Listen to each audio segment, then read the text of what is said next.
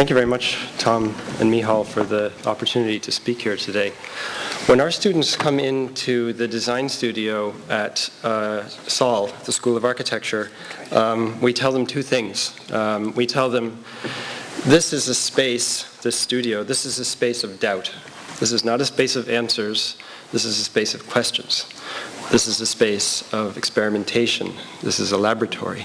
But above all, it's a space of doubt. The other thing we tell them, this is very important because you can imagine students coming in from the Irish secondary school system are kind of astonished to hear something like that. And the other thing we tell them is, your ideas are what shapes this place. Your ideas are important to us and are, in fact, the matter that we will be discussing for the next 5 years of your education. And that's something that I suppose is extremely important to setting the context for the studio as a place that puts an educational question at the forefront of all of the other questions that are asked within that studio, which of course are, concerned with the discipline of architecture, and a fairly engrossing discipline it is. When we started the school, we were here from 2005, and by 2008, the so-called Regeneration Agency had been created to try and solve Limerick's problems. And it became very clear to me as I was kind of trying to lift the hood of what was going on. I've been working in the local authority, or with the local authority as an architect, basically since I've been in this country, since 1996. And so I started to lift the hood of what was going on within this process by inquiring within the local authority and within the Regeneration Agency what was actually happening, what was going on, what was the nature of the process of communication, what was the nature of discussion. And I found it was very poor. So we decided to create a symposium here in the university to discuss that and to put this question on the table about we called it Civitas at that time, about civic society and its form. And of course we meant its form as a city, and I have this map on the wall. We did some drawings that tried to describe that city in a way that it had never been described before. This was what we called the black map, and it is all of the houses in Limerick City and Limerick County. There are all these little dots. But essentially, you can advance it, essentially what we were trying to say to people was, there is no such thing as Limerick City, there is no such thing as Limerick County. This is one place. And now, lo and behold, that's exactly what it is. It's one place. Administratively, in other words. It always has been that physically.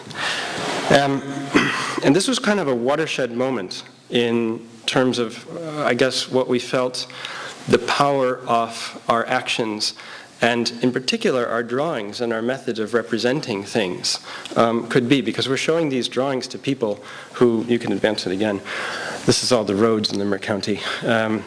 We're showing drawings to people in the local authority and in the community and in the university who had been here for an awfully long time and had been responsible, I think, for shaping the place. And they never quite got it in this way, so that's fine. The symposium was held in the EGO 10 space next to the main reception area, and it was really fantastic atmosphere, quite electric. There were the city and the county who were really at loggerheads, and the Regeneration Agency all came in and had this very, I think, robust, is the best word for it, discussion about what was going to happen. And I suppose now, sort of 4 or 5 years later, we know what happened. But it became clear to me that a new kind of, first of all, the university had a very clear role to play in this, that the local authority was caught up with the statutory instruments that give them their mandate and give them their power. They work through legislation, and that's a very important thing. I mean, this is a democracy, and that's how it should work. I think of the local authority as the coal face of do. They are there to do stuff, to make stuff happen. When you turn on the tap in your house and water comes out of it, that's because the local authority is there.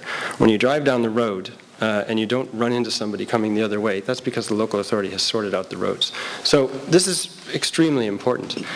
At the same time, they didn't have a space in which they could think.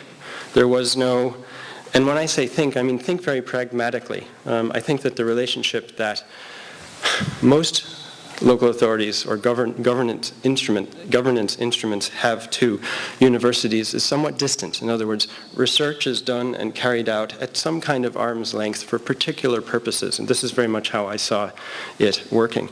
And I thought, gosh, we really need a new partnership, a new kind of relationship between the local authority and the university to create a space for thinking. Because if the local authority is the coalface of do, the university is the coalface of think.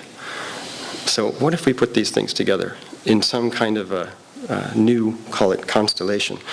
So at a certain moment, I was involved in a committee here to think about the relationship that the university should have to its community. And as a part of that, my contribution was this diagram, which was called Limerick Smarter Together. But it kind of encapsulates this view that I suppose we have of living and working in the region and trying to help people envisage and envision what a new partnership might be. What could this new relationship between the university and the city and the county be? So we now know that the city and the county have been amalgamated. They are one place. This university is now in the city, and so all these kind of debates that were going on beforehand are gone.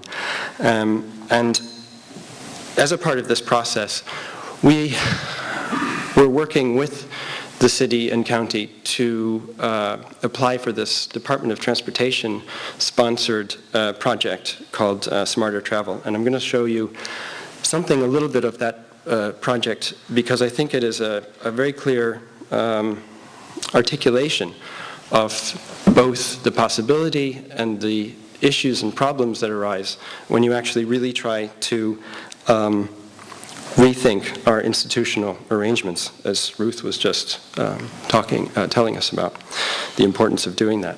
So if you advance. The Smarter Travel project is about 9 million euros worth of capital funding, 6.5 million euros worth of capital funding, and the rest is about behavior change and design and making this thing happen. It's about getting people to leave their cars behind and move around Limerick in more sustainable ways. That's it in a nutshell. It's quite specific in terms of how it's controlled. It's a project that has a budget, it has a program, it has a timeline. It's being looked after by people in government departments who are very nervous about spending money. So it's a very structured kind of a process. The normal way that a local authority would do this kind of a project is, and I think they very much had it in mind that they would do it this way, is that they would basically procure consultancy services for the design and tendering of this, or for the PR work that needed to be done around it, for the behavior change components of the project, for example. But that effectively the university would, or the local authority would simply be an instrument that procures a service from consultants. And we said, myself and Tom Cosgrove were on the steering committee, and we said, at that moment in time, we had won this competition. We are the prototype city for the Smarter Travel project, so that's all very exciting and very good. But we said, look, in doing this, we have to set it up differently. We have to establish a different space within which to work, and we have to have a different kind of relationship with you, so that we can deliver a really fantastic project, but also that project can expand, because clearly the Department of Transportation is interested in smarter travel, but there are many, many aspects to how this kind of a project can transform health and well-being, can transform education, can transform how we get to and from all of the places that we have to visit, our places of work, our places of leisure, our places of education and home. So this is a very important project. We said, well, we'll set up, you can keep it there for a sec, we'll set up a space that will be not in the university and not in the local authority, so it will be a separate place. It will be one room. We'll have one table in that room, a very big table, and we will do this project around this table using local authority staff and both recent graduates and postgraduates from the University of Limerick in architecture and civil engineering. And this was something that took quite a lot of debate to actually get it to happen. But it happened, and so now we have the space in the granary. There are 4 recent graduates of the School of Architecture and 2 postgraduates in civil engineering who have basically been working on this project full-time since July of this last year, together with 4 members of the local authority, basically engineers who are coming from the roads and traffic department. And it's been a very, very exciting process. And if you just advance the frame, keep going. Keep going.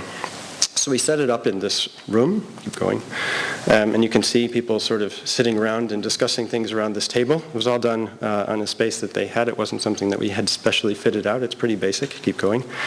And we started working on the many, many issues that concern the development of the Smarter Travel project. One of it is, of course, design and implementation of the routes. But this, of course, has to go through a Part 8 planning process. Normally, a Part 8 planning process is one where, the local authority puts a bunch of boards on display, tells the public through a series of announcements in the newspaper that they can come in and have a look at it, and the public says, no, we don't want that.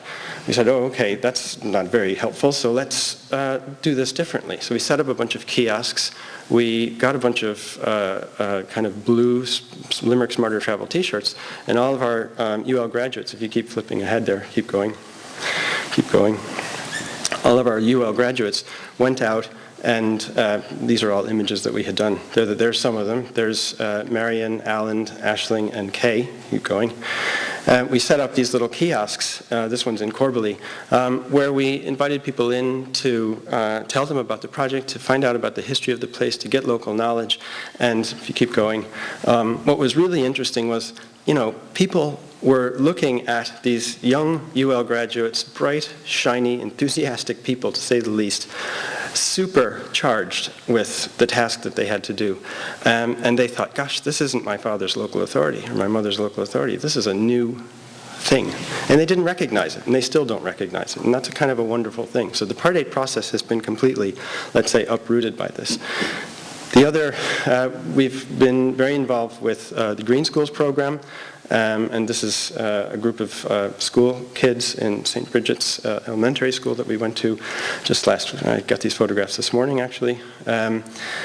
Keep advancing, and this is, of course, in UL, because UL is a very big partner in this, and we have a whole team of people, Sean and Cornelia and Peter, who are working on the UL part of the Smarter Travel process.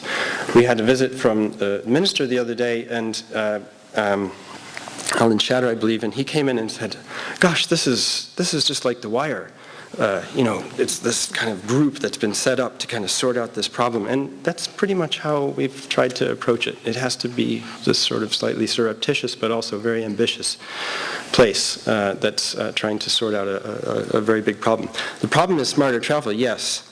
But the really big problem is changing the institutional processes by which both the university and the city and the county have more or less gone on in the last 30 years. The other, keep advancing, the other very important part of this has been how we present it. The Smarter Travel team have developed graphics, they've developed maps, they've developed a whole series of communication tools. Just keep flipping through all of these things that have been used to, and you can stop right there, that have been used to communicate with the public. And one of the most exciting and developments out of this is this 20 Weeks of Change program, which is being done in conjunction with the Graduate Entry Medical School, where 20 champions of smarter travel are being, let's say, recruited to undergo kind of medical evaluation, health tests, health checks at the beginning of the 20 weeks and at the end of the 20 weeks. And in that 20 weeks, they're to change their behavior and to bring a whole bunch of people along with them. So we've been kind of calling all smarter travel champions to participate in this project. So it's starting to spin out into other areas, and I think it's quite exciting. I'll just close by saying that these new partnerships are really quite difficult because there's no format at the moment for them. There's no funding stream, there's no research, instrument, no kind of statutory devices that exist. Governance isn't really set up to work this way. Procurement definitely isn't set up to work this way. And above all, within the local authority and within the university, people become part of those institutions, and that kind of process takes a while to recognize the value of a new way of working, and it takes a value to recognize the trust, the confidence, and the mutual respect that needs to evolve within that space that I was setting out. So thanks very much.